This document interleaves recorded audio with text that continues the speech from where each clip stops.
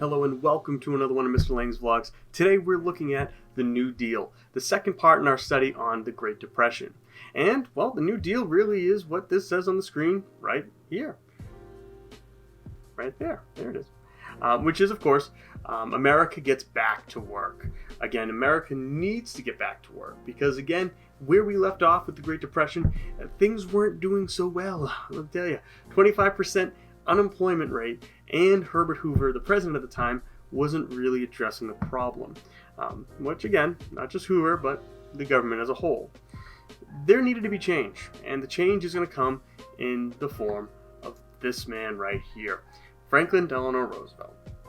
So in 1932, we have a presidential election coming up, and it showed that people were clearly wanting a change. Like, they were ready for a change. By 1932, things were even worse than they were in the beginning of the 1930s. So the Republicans actually renominate Herbert Hoover. Despite being a very low approval rating, they do go ahead and renominate him for some reason. The Democrats nominate a very experienced man by the name of Franklin Delano Roosevelt. Again, this is a two-term governor of New York, and of course, with a last name like that, you know, he is already well-liked, let me tell you. Although, yes, he is related to Teddy Roosevelt. The Roosevelts kind of are split in New York, if you will, with part of the family being in Oyster Bay. That's Teddy Roosevelt and Eleanor Roosevelt, which is, yes, Franklin's wife. And then you have Franklin Delano Roosevelt's, that's going to be, those Roosevelts are going to be in Hyde Park, New York. Okay? So, no big deal there. Just kind of throwing in a fun fact. So, does Roosevelt win? That's yes, by a lot. Let me tell you, Franklin Delano Roosevelt, or FDR, as he's going to be really, I'm going to refer to him as, and a lot of people do as well. FDR wins probably the greatest Democratic victory in 80 years. And it's amazing because this is also where we see a shift between what the Democrats stand for and what the Republicans stand for. So if you remember, we talked about way back about Abraham Lincoln, right? Abraham Lincoln, first Republican president. Yet his ideals would be more closely aligned to Democrats today versus Republicans. This is where we see that shift in this election, where Democrats become very liberal and Republicans become, a little bit more conservative. The shift really we can pinpoint it to be right here. So from now on, Democrats are what we think of Democrats today.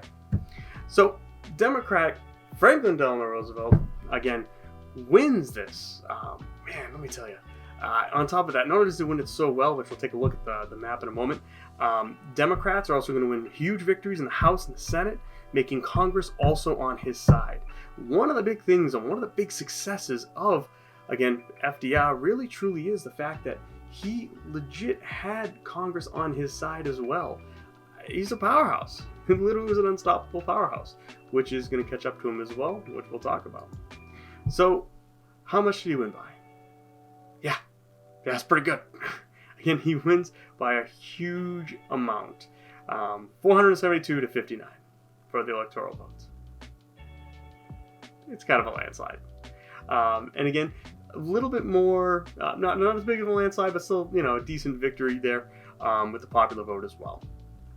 So very interesting stuff, let me tell you. Very interesting. And of course, what does he say? What does he say very famously on his inauguration day? Most famous, and because this is public domain, I can actually show this one. What does he say?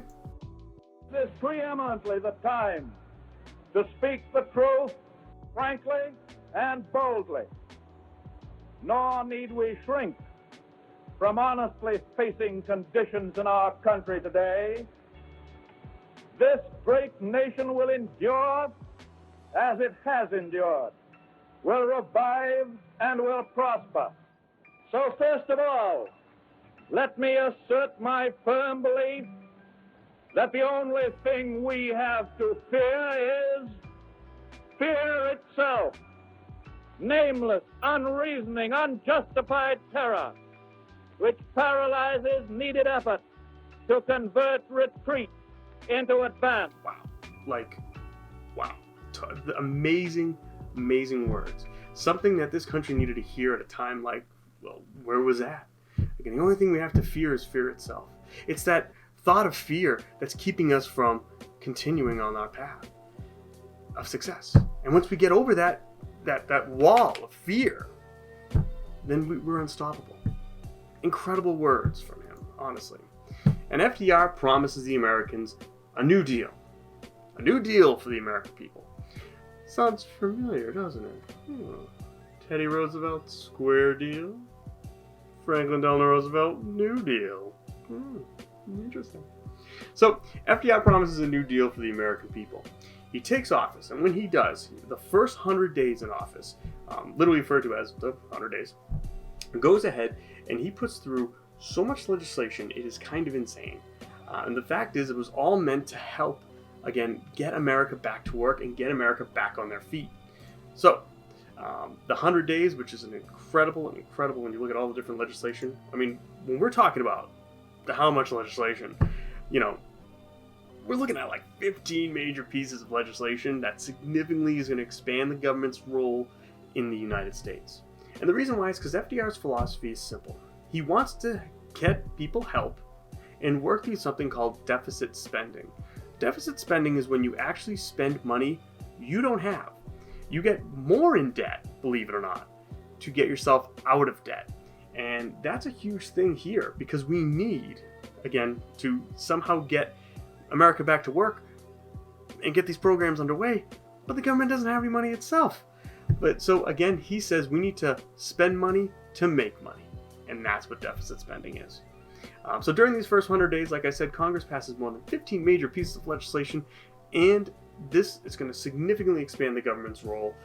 Some are going to say, critically, maybe too much government might expand the government's power too much. And that, of course, it's meant to help the nation's economy and the welfare of the nation. That's an activity we normally do in class. This video I have to skip because of copyright reasons. However, I did link it in the guided notes for you, okay? So if you do want to check it out, I recommend it. It's a catchy tune. It's a catchy tune. Definitely check it out. All right, same with that one. So we have two different types of economists really looking at the Great Depression saying, how are we going to get ourselves out of it? First, you have John Maynard Keynes. Now, John Maynard Keynes' philosophy is to bail out the rich, let the money trickle down to the poor.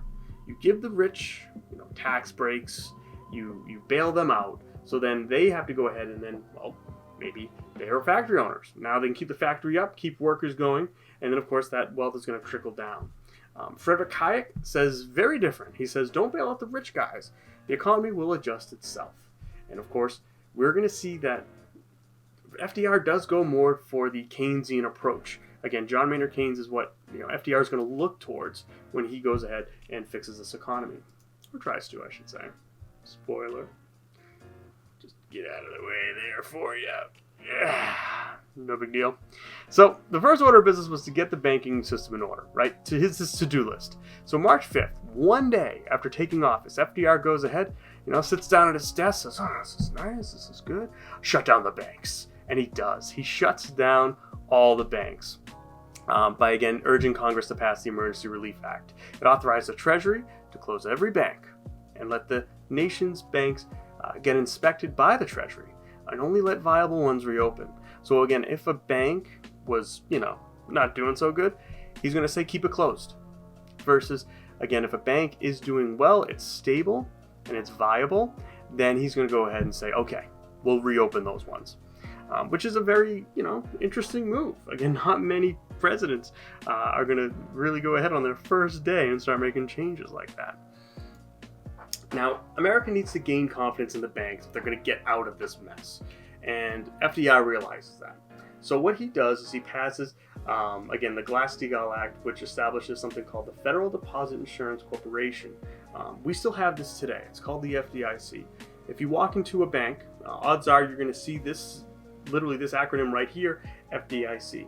Now, FDIC, what it does is it actually insures any account holder. So if you have money in the bank, it insures your money back then up to $5,000, meaning that if the bank failed, the federal government will still pay you whatever money you had in the bank up to $5,000. Now, that has changed, back in 2000, 2005, the FDIC was set at $100,000. And because of the recession in 2008, they temporarily boosted it to $250,000, and then they made it permanent. So again, if you have any money in U.S. Banks that are insured by FDIC, if you have, say we'll throw out a number. You have 50 grand in there, $50,000, and the bank goes under. Well, you're protected. The federal government will pay you back that $50,000. Again, they'll do that up until $250,000. So again, if you put $1 million in, you're not going to get it all back. All right. So again, with this 100 days activity, we've got Franklin Delano Roosevelt, FDR, just going crazy with legislation. He puts through the Federal Securities Act, which required any stock info to be accurate and truthful, because again, it was the Wild West back then with the stock market, and kind of led us in a little bit into this mess. Not a big cause, but definitely made it, this whole Great Depression happen faster. The agriculture, the farm sector crisis we talked about in the last vlog, he goes ahead and actually fixes that with the Agricultural Adjustment Act, or the AAA, which raised crop prices by lowering production. Remember, farmers were making too much, and because they were making too much after World War I, they weren't selling anything, and they were hurting bad. So again, he goes ahead and says, okay, we're going to raise the prices so you don't have to make as much, so don't make as much. And probably one of the most famous is the TVA, the Tennessee Valley Authority. The TVA really focused direct relief, which we'll talk about relief, recovery, and reform in a moment here, later in the vlog. He's going to focus direct relief to those hard-hit areas, the areas around the Tennessee River Valley, where he's going to create very ambitious dam projects. And the reason why is because, with these building of dams, you really go ahead and take care of three problems. If you build a dam, first, you got to build it, meaning you got workers. People are back at work now. Second thing is, the Tennessee River Valley didn't have electricity yet, or it was very sparse. So this dam provided hydroelectric power. On top of that, you also have a lot of flooding that happens in the Tennessee River Valley. The dam is going to help with those flooding as well. So you get three things that he's knocking out with just this TVA alone. Again, it is pretty incredible. Now here's a map of, again, all those little dashes. Those are dams that, of course, he goes ahead and issues, to be built. It's incredible. So we have more of these alphabet agencies, if you will, as it seems like it's an alphabet soup with all these, AAA, TVA, and now CCC, and many, many more we're going to be getting into. So the CCC is the Civilian Conservation Corps, which was meant to put those men ages 18 to 25 back to work by building roads, parks, trees, planting trees, not building them, with over 200 million trees in the Dust Bowl areas as well. By 1942, 3 million men worked for the CCC. It was a huge success, and we can still see parts of the CCC, of what they did around the U.S. today. But of course, with a lot of government power, the question of constitution, and if things are constitutional, goes ahead and, becomes a reality. And the Supreme Court starts to call FDR out. First, they strike down the NIRA, which is another, alphabet soup, if you will, another New Deal program, saying it's constitutional because it was too much control over industry. They struck down the AAA on the grounds that agriculture is a local matter, not a federal matter. And so now FDR has really reached his first, essentially, speed bump here. And what he does is pretty simple. He eliminates the speed bump. Yeah, oh yeah, he does all right. From the mid to late 30s, FDR attempts to appoint 6 new judges to the Supreme Court, trying to make sure his programs would carry on unabated, meaning, they would carry on and they would be fine. They would keep going, because again, if you're going to go ahead and nominate someone to the Supreme Court, a judge, odds are, they're going to be, they're going to like you, they're going to support you. And so, of course, he's trying to get over this this hurdle. And this policy that not policy, but what he tries to do here is called court packing, where he's literally packing the courts with his supporters. Again, he attempted this, and again, he gets criticized. And not surprisingly, honestly, we're going to have people say that he's just giving out too much power. Every Sunday, we had Father Charles Coughlin broadcasting these radio sermons slamming FDR. Literally with this radio that was reaching millions upon millions of Americans. He's going to call for a guaranteed annual income, nationalize the banks, to go ahead and fix this economy. At his height, he had 45 million listeners. He was a household name as well. And when he started to become very anti-Semitic, this ultimately is going to lose some support. He was saying some pretty bad stuff about Jewish people. And so, of course, this is going to ultimately lose some support. But he wasn't the only critic of FDR. Probably more famously is Huey Long. Huey Long was a senator from Louisiana. who was a constant and very effective critic of FDR. People were listening to this guy, and not only were they listening to him, but they were going to vote for him. He was gearing up to go ahead and run for the presidency. He believed in this thing called Share Our Wealth. This is a program that would take money from the rich and give to the poor. Again, kind of share it all equally. Kind of a communist, as thought process, or really more socialist. But at the same time, as interesting as this all is, it's a little bit of Robin Hood as well, right? However, he's gunned down. He's assassinated by a lone gunman at the height of his popularity in 1935, so he never does run for president. So Roosevelt does fire back, and he fires back by communicating on the new medium called the radio. So FDR communicated to Americans via this with his fireside chats, very famously, where he would be chatting what seemed like to you, specifically to you, as his radio shows would go on, and you'd crowd around with your family and listen to the president speak. Again, something that it really was a new concept, as we talked about before in the 1920s, with radio really allowing you to hear your president speak for the first time if you didn't have a record of it, like a vinyl of it. So he's using these fireside chats to keep Americans up to date with the government's effort during the Depression, and he's doing a fantastic job in this. He's, unlike Hoover, who was leaving everyone in the dark, he's talking to the American people. It seemed like he was talking directly to you, addressing you and your problems. So, unsurprisingly, term 2, he wins it easily. And of course, as he wins it against Alfred Landon, which was again an overwhelming victory by far. Remember, fun fact, FDR is going to be elected technically 4 times, but only really served 3 terms, as he dies within a month of his fourth term, which is kind of crazy. In fact, it's after him that we put in the amendment that says you can only have 2 terms as a president. So this is term 2. In term 2, he's like, ha-ha, second New Deal. The first one didn't produce as much as everyone thought. Unemployment remained high, production still lagged, and the gains were not as great as expected. So again, he puts him through a new second New Deal. A new second New Deal? Yeah, we'll take that. And when he does, he's going to try again to get the country back into the swing of things. And, well, what we're going to see is he's going to put in more New Deal programs, and are they going to be effective? Well, we'll see. All right, so take a moment, and we're going to go over the political cartoon quickly. You want to answer the questions in your guided notes. As you can see in this political cartoon, we have 3 characters there. Think about what each one is. You can sort of see what they are. The maid is dressed up as Congress, it says. Again, you've got what seems to be the doctor, again, whomever he may be, with his remedies, his New Deal remedies, and he's saying out of his mouth, of course, we may have to change remedies if we don't get results. And think about what's on the table, think about who the man sitting down is, and answer these 3 questions.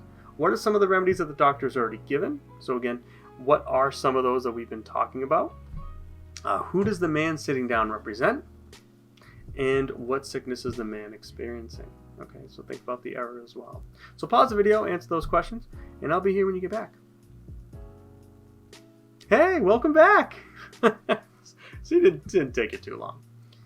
So, the last thing we want to go over for today is, of course, the difference between relief, reform, and recovery. And this is where we're going to end it. So, all these programs are really meant to do one of these 3 things, sometimes 2 or 3, all 3 of these things. These are categories for these New Deal programs. Again, a relief is something that's a direct aid to people. So something that comes around is the Social Security Act, which offers, essentially unemployment payments to people who were unemployed. Now, the Social Security Act is a direct aid to people. That's meant to aid people. So that's a relief. A reform is to fix an existing system. So something like the FDIC is meant to help fix banks. That's an existing system. So the FDIC was a reform to reform banks. And then recovery is meant to revive the economy. Again, something like the CCC could be considered a recovery because it's meant to revive the economy. It's meant to not only have parks and roads and all of this built, but also to give young men jobs. And really, you could even argue with that one, like many of these other programs, that it's more than one. In fact, a lot of them can be all three. And when you look at the CCC, you could definitely say it's recovery and even a relief, as it's a direct aid to people as well. Okay? All right, and that's our new deal vlog for today. Again, if you have any questions, as always, feel free to reach out. And you guys have a fantastic rest of your day. We'll see you later.